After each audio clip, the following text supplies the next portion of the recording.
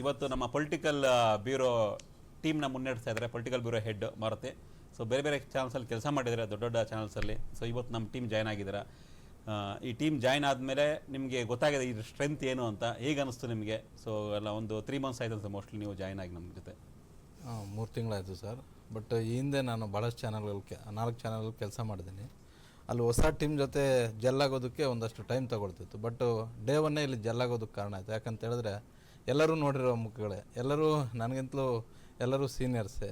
ರಾಧಕ್ಕಿಂದ ಹಿಡಿದು ಶಿವಸ್ವಾಮಿ ಸರಿಂದ ಹಿಡಿದು ಮಹೇಶ್ ಸರಿಂದ ಹಿಡಿದು ನಿಮ್ಮ ಸತೀಶ್ ಸರಿಂದ ಹಿಡಿದು ದಿಲೀಪ್ ಸರಿಂದ ಹಿಡಿದು ಎಲ್ಲರೂ ಹೊಸದಾಗಿ ಪರಿಚಯ ಆಗಿದ್ದು ಲಕ್ಷ್ಮಿ ಒಬ್ಬರೇ. ಬಟ್ ಲಕ್ಷ್ಮಿಗೆ ತೀರಾ ಕ್ಲೋಸ್ ಆಗಿಬಿಟ್ಟಿದ್ದಾರೆ.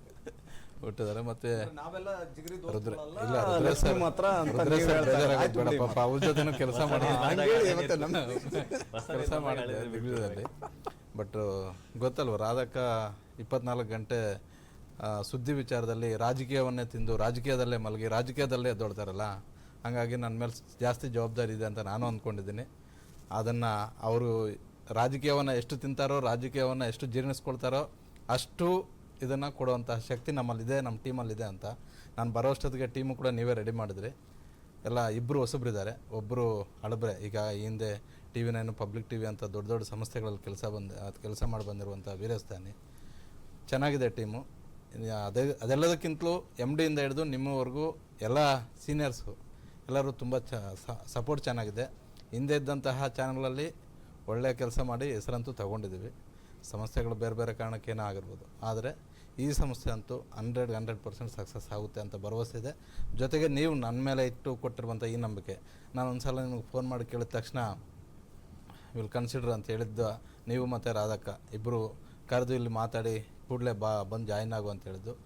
ಆ ಜವಾಬ್ದಾರಿಯನ್ನು ನಿರ್ವಹಿಸ್ತೀನಿ. ಆ ಅವಕಾಶ ಕೊಟ್ಟಿದ್ದಕ್ಕೆ ಶಿವಸ್ವಾಮಿ ಸರ್ ಆಗಿರ್ಬೋದು, ರಾಧಾ ಮೇಡಮ್ ಆಗಿರ್ಬೋದು, ತಾವು ಮೂವರಿಗೂ ಕೂಡ ಧನ್ಯವಾದ ಹೇಳ್ತಿದ್ದೀನಿ. ಮಾಡಿಲ್ಲ ಅಂದರೆ ಬಿಡಲ್ಲ, ಆಯ್ತಾ, ಮಾಡಲೇಬೇಕು. ಯಾಕಂದ್ರೆ ಪೊಲಿಟಿಕಲ್ ಹ್ಯಾಪ್ನಿಂಗ್ಸ್ ಜಾಸ್ತಿ ಇರುತ್ತೆ ಕರ್ನಾಟಕದಲ್ಲಿ. ಅಂದ್ರೆ ಈಗಂತೂ ಕೊತ ಕುದಿತಾ ಇದೆ. ಬಿಜೆಪಿಯಲ್ಲಿ ಒಂದು 3 ಬಾಗ್ಲು, ಮನೆಯೊಂದು 3 ಬಾಗ್ಲು, ಕಾಂಗ್ರೆಸ್ ಅಲ್ಲಿ ಸಿಕ್ಕಾಪಟ್ಟೆ ಕಿತ್ತಾಟ, ಅದು ಇದು ಎಲ್ಲ ಇದೆ. ಸೊ ಹೆಂಗಿರ್ಬೇಕಂದ್ರೆ ಈಗ ಸಾಮಾನ್ಯವಾಗಿ ಎಲ್ಲ ಚಾನಲ್ಸ್ ಅಂದ್ರೆ ಈಗ political head quarters, political head office, ಈ ಥರ ಎಲ್ಲ ಇದೆ. ಅಂದರೆ ಬ್ರಾಂಡ್ ಅವರು ಎಲ್ಲರೂ ಬ್ರಾಂಡ್ ಮಾಡ್ಕೊಂಡಿದ್ದಾರೆ. ಸೊ ಅದನ್ನೆಲ್ಲ ಬ್ರೇಕ್ ಮಾಡೋಂಥ ಶಕ್ತಿ ನಿಮ್ಗಿರಬೇಕು. ಸೊ ಅದನ್ನ ಎಕ್ಸ್ಪೆಕ್ಟ್ ಮಾಡ್ತೀವಿ. ನಮ್ಮ ಟೀಮ್ ಪೊಲಿಟಿಕಲ್ ಬಿಟ್ಟು ಪೊಲಿಟ್ರಿಕ್ಸ್ ಮಾಡಿಬಿಡೋಣ ಸರ್. ಏನೇನು ಟ್ರಿಕ್ಕಿಗಳಿದಾವೆ ಅಂತ ಹೇಳ್ಬಿಟ್ಟು ಆ ಟ್ರಿಕ್ಕಿಗಳು ತಿಳ್ಕೊಂಡು ಕೆಲಸ ಮಾಡಿಬಿಡೋಣ. 100% ವಿಲ್ ಸರ್ವೈ ಅಂತ ನನಗೆ ಅನಿಸುತ್ತೆ. ಆ ಭರವಸೆ ನಾನು ನಿಮ್ಗೆ ಕೊಡ್ತೀನಿ. ಮಾರುತಿ ಹೆಂಗೆ ಅಂದರೆ ಹೌದೌದು 2000 ಮೇಡಮ್ ರೇಗಿಸ್ತಾ ಇದ್ರು 2014ರಲ್ಲೇ ಒಂದು ಅವರು ಪಬ್ಲಿಕ್ ಟಿವಿಯಿಂದ ಡಿಸ್ಟ್ರಿಕ್ಟ್ ಟೂರ್ ಬಂದಿದ್ರು. ನಾನು ಅವಾಗ ರಾಜಲ್ಲಿ ಅಮಿತ್ ಸರ್ ಜೊತೆ ನೀವೆಲ್ಲ ಬೇಡ ಅಂದರೆ ನಾನು ಆದರೂ ಅಮಿತ್ ಸರ್ ಜೊತೆ ರಾಜ್ ಟಿವಿಗೆ ಹೋದೆ. ನಾನು ಇಡೀ ರಾಜ್ಯಾದ್ಯಂತ ಸುವರ್ಣದಲ್ಲಿ ಮಹೇಶ್ ಸರ್ ಹೇಳಿದರು. ಸುವರ್ಣದಲ್ಲಿ ಇವತ್ತಿಗೂ ಇರೋರು ಭಾಳ ಜನ ಹೇಳಿದರು ಬೇಡ ಅಂತ. ಬಟ್ ಅವತ್ತು ಹೋಗಿದ್ದು ಒಳ್ಳೆ ಅವಕಾಶ ಸಿಕ್ತು ನನ್ನಲ್ಲಿ. ಇಡೀ ಸ್ಟೇಟು ತಿರುಗೋದಕ್ಕೆ ಅಮಿತ್ ಸರ್ ಅವಕಾಶ ನನಗೆ ಕೊಟ್ಟಿದ್ದರು. ಅಮಿತ್ ಸರು ನನ್ನ ಸುವರ್ಣದಲ್ಲಿ ನನಗೆ ಅವಕಾಶ ಕೊಟ್ಟಿದ್ದರು, ಅದೇ ರೀತಿ ಅಲ್ಲೂ ಕೂಡ ಅವಕಾಶ ಕೊಟ್ಟಿದ್ದರು. ಅಲ್ಲಿ ಶಿವಮೊಗ್ಗದಲ್ಲಿ ಒಂದು ಇಂಟ್ರ್ಯೂ ಮಾಡಬೇಕಾದ್ರೆ ಇಬ್ಬರು ಮುಖಾಮುಖಿ ಆಗಿದ್ದು.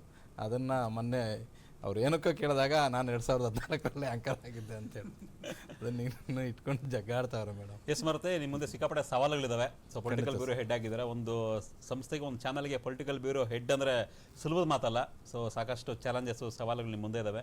ಅದನ್ನೆಲ್ಲವೂ ಕೂಡ ನೀವು ಯಶಸ್ವಿ ಕಾಣ್ತೀರಾ ಅನ್ನೋ ಒಂದು ಭರವಸೆ ಇದೆ. ಸೊ ಆಲ್ ದ ಬೆಸ್ಟ್ ನಮ್ಮ ಟೀಮ್ ಜೊತೆ ಜಾಯ್ನ್ ಆಗಿದ್ದಕ್ಕೆ.